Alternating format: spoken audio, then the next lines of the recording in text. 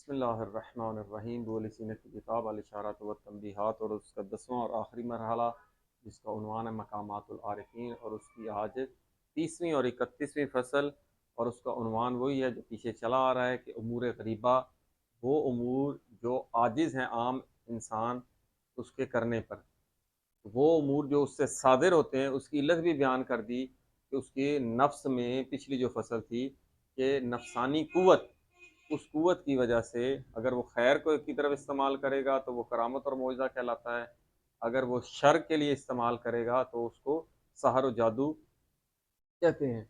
تو اس فصل میں وہ بتا رہا ہے کہ یہ جو اس عالم مادی میں آپ کو جو امور نظر آتے ہیں، یہ غرائب اور عجیب، اور جسے آپ کرامت کہیں، یا یہ امور جو انجام پاتے ہیں اس کی کتنی علتیں ہیں، وہ کن وجوہات کی بنا پر وہ افعال ظاہر ہوتے ہیں۔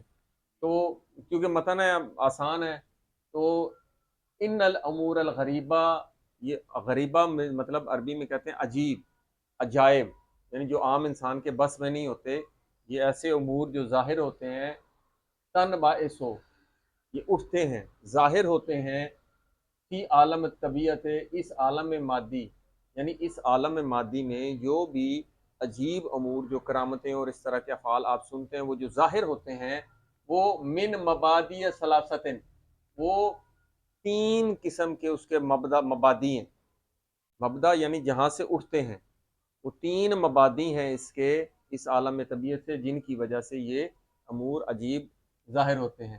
وہ کون سے ہیں؟ اس میں سے پہلا جو ہم پچھلی فصل میں پڑھ چکے ہیں کہ حیات نفسانی قوت، اس کی وجہ سے ہوتے ہیں۔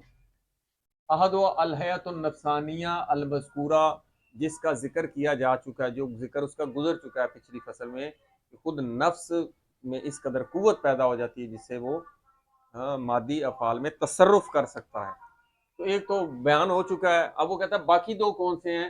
وثانیہ، ان تین مبادی میں سے جو دوسرا مبدا ہے، خواص الاجسام العنصریہ، وہ جو مادی اجسام، عنصری اس عالم مادہ کے جو چار عناصر ہیں، آگ، پانی، مٹی، ہوا، تو وہ عنصری اجسام کے خواص، خصوصیات، خود ان عنصری اجسام میں کچھ خصوصیات پائی جاتی ہیں، خواص پائے جاتے ہیں۔ وہ کون سے ہوتے ہیں؟ آگے مثال دے کے سمجھا رہے ہیں، مثل و جذب المغناطیس للحدید، کہ یہ جو اب ہمارے یہاں مادے میں تو آپ دیکھیں مادہ میں حرکت نہیں ہوتی، یہ ہے مقناطیس، اس کے گرد کوئی لوہے کی چیزیں آپ لے کے جائیں گے تو یہ اس کو کھینچ لے گا، تو یہ عجیب عام امور سے بالکل عجیب امور ہے۔ تو وہ کہہ رہا ہے نہیں، مادے میں خود یہ خاصیت پائی جاتی ہے کہ کوئی، اس کی مثال ہے جیسے مقناطیس ہے، اردو میں مقناطیس، میں مغناطیس، تو مقناطیس ان لوہے کے اجزاء کو اپنی طرف کھینچ لیتا ہے، یہ جذب کرنے کی قوت یہ خود مادے میں پائی جاتی ہے، یہ خاصیت مادے کی ہے۔ یہی کہہ رہے ہیں خاص الاجسام العنصریہ مثل جذب المغناطیس للحدید، جیسا کہ مقناطیس کا لوہے کے کو کھینچنا، یہ ہوگی دوسری۔ لیکن یہ جو مقناطیس اس لوہے کو کھینچتا ہے، بے قوتن، یہ قوت اس کے اندر پائی جاتی ہے، ایک قوت سے وہ کھینچتا ہے، تخصہ، یہ جو قوت ہے اس مقناطیس ہی کے ساتھ خاص ہے، لوہا لوہے کو نہیں کھینچتا، سٹیل لوہے کو نہیں کھینچتا، لوہا سٹیل کو نہیں کھینچتا، یہ خصوصیت صرف اور صرف مقناطیس میں ہے، یہ خصوصیت اس مقناطیس کے ساتھ خاص ہے۔ دو ہو گئیں، پہلی نفسانی قوت، دوسری اس عالم مادہ کے جو عناصر ہیں اس میں یہ قوت پائی جاتی ہے۔ اب وہ کہتے ہیں تیسری کون سی مبدا ہے جس سے یہ افعال عجیبہ ظاہر ہوتے ہیں؟ وہ تیسری ہے قوائے سماویہ، آسمانی قوتیں، افلاکی قوتیں۔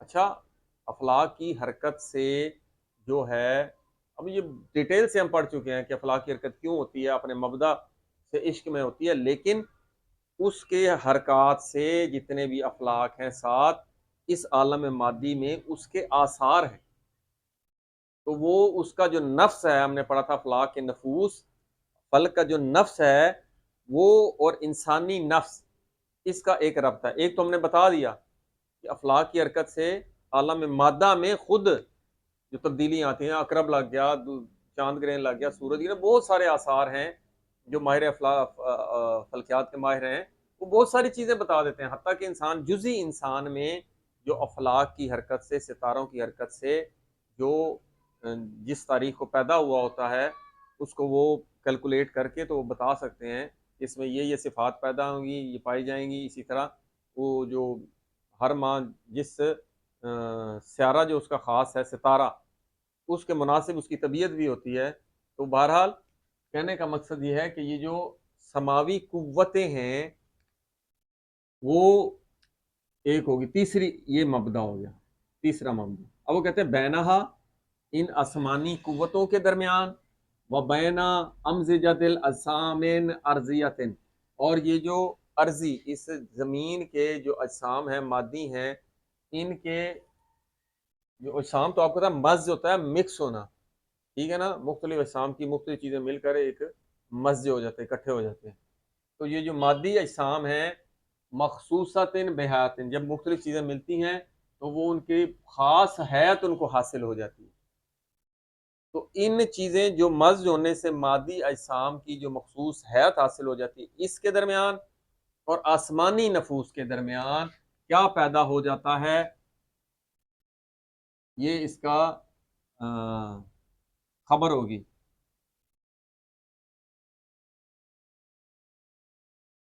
مناسبتن، کیونکہ یہاں دو جملے آ رہے ہیں، اب اس کو ذرا غور کریں. پہلا جملہ یہ ہے کہ آسمانی قوتوں اور یہ جو اجسام کے مجز ہونے سے ایک خاص وضعی حیات حاصل ہو جاتی ہے، ان کے درمیان کیا ہوتی ہے، ایک مناسبت ہوتی ہے. اسی طرح بینہا، یعنی ان قوائے سماویہ اور بین قوائے نفوس ارضیت مخصوصات بے احوال ملکیت فعلیت او انفعالیت مناسبت. پہلے ہم نے یہ پڑھ لیا افلاک قوت سماویہ کے درمیان اور اس عالم مادہ میں مادی چیز جو ایک خاص مزج ہونے کے بعد اس کو خاص حیت حاصل ہو جاتی ہے. تو آسمانی نفوس کا اس خاص جو جسمی چیز ہے اس کے ساتھ ایک مناسبت پیدا ہو جاتی ہے، تو پھر اس میں اثر پیدا ہوتا ہے اس مادی شے میں. اسی طرح ان کو آسمانی قوتوں کے درمیان اور انسانی نفوس کے درمیان بھی. اور کب مناسبت پیدا ہوتی ہے، جب اس نفس میں ایک خاص حالت پیدا ہوتی ہے. اس نفس میں جب وہ خاص حالت پیدا ہو جاتی ہے تو اس آسمانی قوت کے ساتھ ایک نسبت اور مناسبت پیدا ہو جاتی ہے. تو وہ یہی کہہ رہے ہیں وہ بینہا، اس آسمانی قوتوں کے درمیان، وہ بینا قوا نفس ارضیات مخصوصات، اور خاص ارضی نفوس اس عالم مادی میں ان کی قوتیں. اور یہ نفوس ارضیہ کیا ہوتے ہیں، یہ جب یہ مخصوص ہو جاتے ہیں، اس میں خاص کب ہوتے ہیں، بے احوال ملکیت، جب ان میں خاص ملکی جو مجرد خصوصیات، احوال یعنی اس کی حالتیں، ایک ایسی خصوصیات پیدا ہو جاتی ہیں، وہ فعلی ہوں یا انفعالی ہوں. جب نفس اس مرتبے میں پہنچ جاتا ہے تو تب ان آسمانی قوتوں کے درمیان کیا پیدا ہو جاتی ہے، مناسبتن. تو آسمانی جو قوتیں ہیں اس کی دو چیزوں کے ساتھ نسبت پیدا ہوتی ہے. ایک خود مادی اجزاء جب خاص حیات حاصل ہو، دوسرا انسانی نفوس جب وہ خاص ملکی اوصاف کے ساتھ وہ خاص ہو جاتے ہیں، تو پھر ان کے درمیان ایک مناسبت پیدا ہوتی ہے.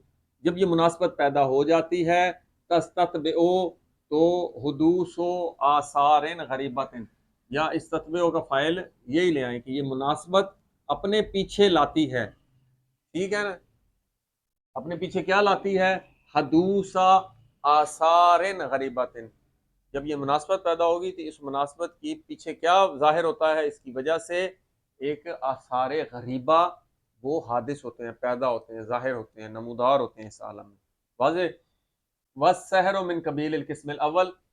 اب کہتے ہیں ہم نے تین گنوائی، ایک قسم جو حیات نفسانی جو پچھلے چیپٹر میں پڑھی تھی، دوسرا جسم خاص حیات حاصل ہو جاتی ہے، تیسرا آسمانی قوتوں اور زمینی نفوس اور اجسام کے درمیان جو نسبت پیدا ہو جاتی ہے جس سے یہ آثار غریبہ ظاہر ہوتے ہیں. پہلی قسم کون سی ہے، حیات نفسانیہ میں اس نے جو پچھلے باب میں اس کی مثال دی تھی، والسحر من قبیل القسم الاول. یہ جو سحر اور جادو ہے یہ پہلی قسم ہے، نفس میں قوت حاصل ہوتی ہے تو پھر اس کو وہ شر کے لیے استعمال کرتا ہے. کہتا ہے بل المعجزات والکرامات والنرا، بلکہ جو معجزات اور کرامات ہیں یہ بھی پہلی ہی قسم میں سے. ٹھیک ہو گیا. ون نئے رنجاتو، من قبیل ثانی وہ دوسری قسم میں سے ہے. دوسری قسم کون سی پڑی کہ عنصری اجسام آپس میں مزج ہو کر ایک خاص حیات حاصل ہو جاتی ہے. دو چیزیں، تین چیزیں، چار چیزیں ملنے سے. مثلا ہم وہ پریکٹیکل کیا کرتے تھے پوٹاشیم پر میگنیٹ، اور وہ اس میں ڈراپ ڈالتے تھے تو وہ تھوڑی دیر بعد وائٹ سے ایک سٹیج آتی تھی، ایک قطرہ گرتا تھا وہ پنک ہو جاتا. تو یہ ایک قسم کی عجیب بات ہے، دو وائٹ لکوڈ ملائے ایک کلرڈ لکوڈ ظاہر ہو گیا. تو یہ مثال کے طور پر آپ کو سمجھا رہا ہوں. تو یہ بہت ساری ایسی چیزیں ہیں جو مادے میں اس مزج ہونے سے، ملنے سے ایک نئی چیز حالت ظاہر ہوتی ہے، وہ عجیب حالت ہوتی ہے. تو یہ دوسری قسم میں رنجات کی ہے. یہ جو اس عالم میں عجیب، وہ دو چیزوں کو ملائیں، ایسڈ کو ملائیں ایسے دھماکہ سا ہو جاتا ہے. تو یہ دوسری قسم ہے. اور تیسری قسم کون سی ہے؟ طلسمات. وہ طلسم، یہ بہت زیادہ ڈرامے اور اس طرح کی کہانی، قصے کہانیاں، طلسمی کہانیاں لکھی جاتی ہیں. جادوئی کہانیاں کیا ہوتی ہیں کہ وہ روابط ہو جاتے ہیں آسمانی جو قوتوں کے ساتھ. تو وہ طلسمات من قبیل القسم الثالث، یہ تیسری قسم میں ہو گیا. یہ ہوگی پہلی فصل. اب دوسری فصل میں دیکھیں گے، ٹائم کم ہے انشاءاللہ، اگلے مرحلے میں ہم اس سے اگلی فصل پڑھیں گے. والحمدللہ رب العالمین.